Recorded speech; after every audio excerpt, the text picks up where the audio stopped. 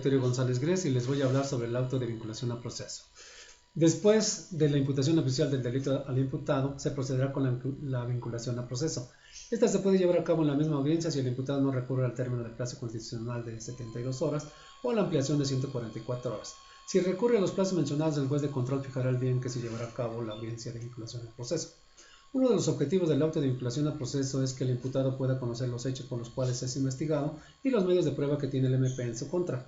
Es importante señalar que los requisitos comunes que debe satisfacer el auto de vinculación a proceso son de forma que se haya formulado imputación para hacer del conocimiento del imputado en presencia de un juez que existe una investigación en su contra respecto a uno o más hechos típicos que la ley se considera como delito, que el imputado haya rendido declaración o decidido a no hacerla, que se dicte únicamente por los hechos que motivaron la formulación de imputación y que se señale claramente las circunstancias del lugar, modo y tiempo de los hechos que se le imputa.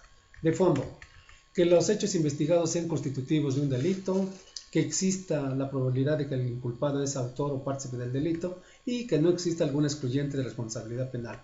En caso de no reunirse los requisitos para el auto de vinculación a proceso, el juez dictará un acto de no vinculación a proceso. Caso práctico de solicitud de vinculación a proceso.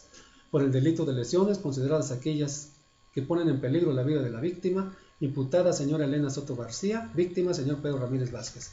El MP procede a la solicitud del auto de vinculación a proceso a la señora Elena Soto García por las lesiones graves causadas al señor Pedro Ramírez Vázquez. Su señoría, con fundamento en el artículo 313 del Código Nacional de Procedimientos Penales, le solicito que dicte auto de vinculación a proceso a la imputada. El juez de control se dirige a la imputada para hacerle saber que el MP hace la solicitud de vinculación a proceso, le explica a la imputada que tiene derecho a decidir el término en que se resolverá su situación jurídica, que puede ser de 72 horas, ampliado a 144 horas, o bien que se haga en el mismo momento. El imputado puede consultar con su defensor si renuncia al plazo o lo considera. En caso de que el imputado junto con su defensor decidan que se pueda llevar a cabo el auto de vinculación a proceso, el juez cede la palabra al agente del Ministerio Público para que proceda.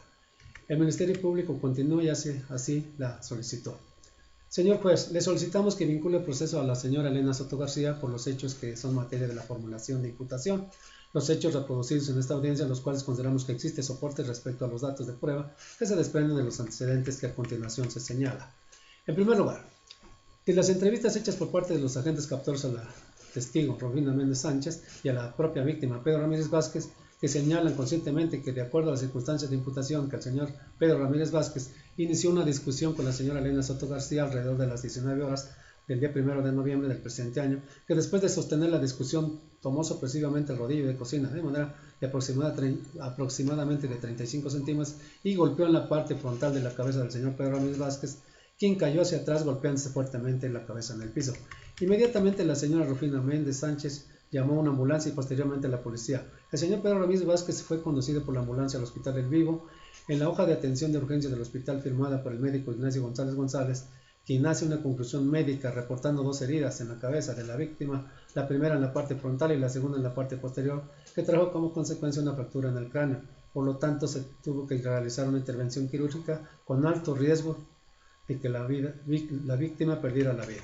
También, su señoría, contamos con el aseguramiento del rodillo de madera, el cual fue un instrumento de agresión física que recibió el señor Pedro Ramírez Vázquez a manos de la señora Elena Soto García.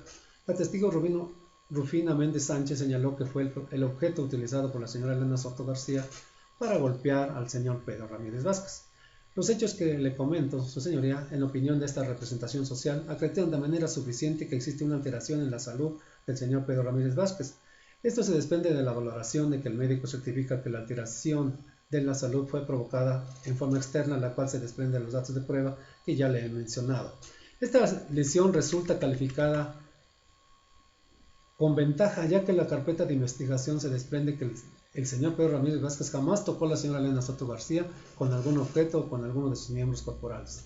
Ahora, su señoría, con respecto a la exigencia de fondo, aparecen datos de prueba que permiten encontrar a la imputada, la señora Elena Soto García, como probable autor directo a los hechos de referencia. Esto se desprende de la entrevista realizada por los agentes de la policía al testigo Rufina Méndez Sánchez, así como la propia víctima después de que se establece un señalamiento de la testigo presencial que la señora que sale corriendo de la casa es la persona quien golpeó al señor Pedro Ramírez Vázquez escasos 10 minutos después de la comisión de los hechos.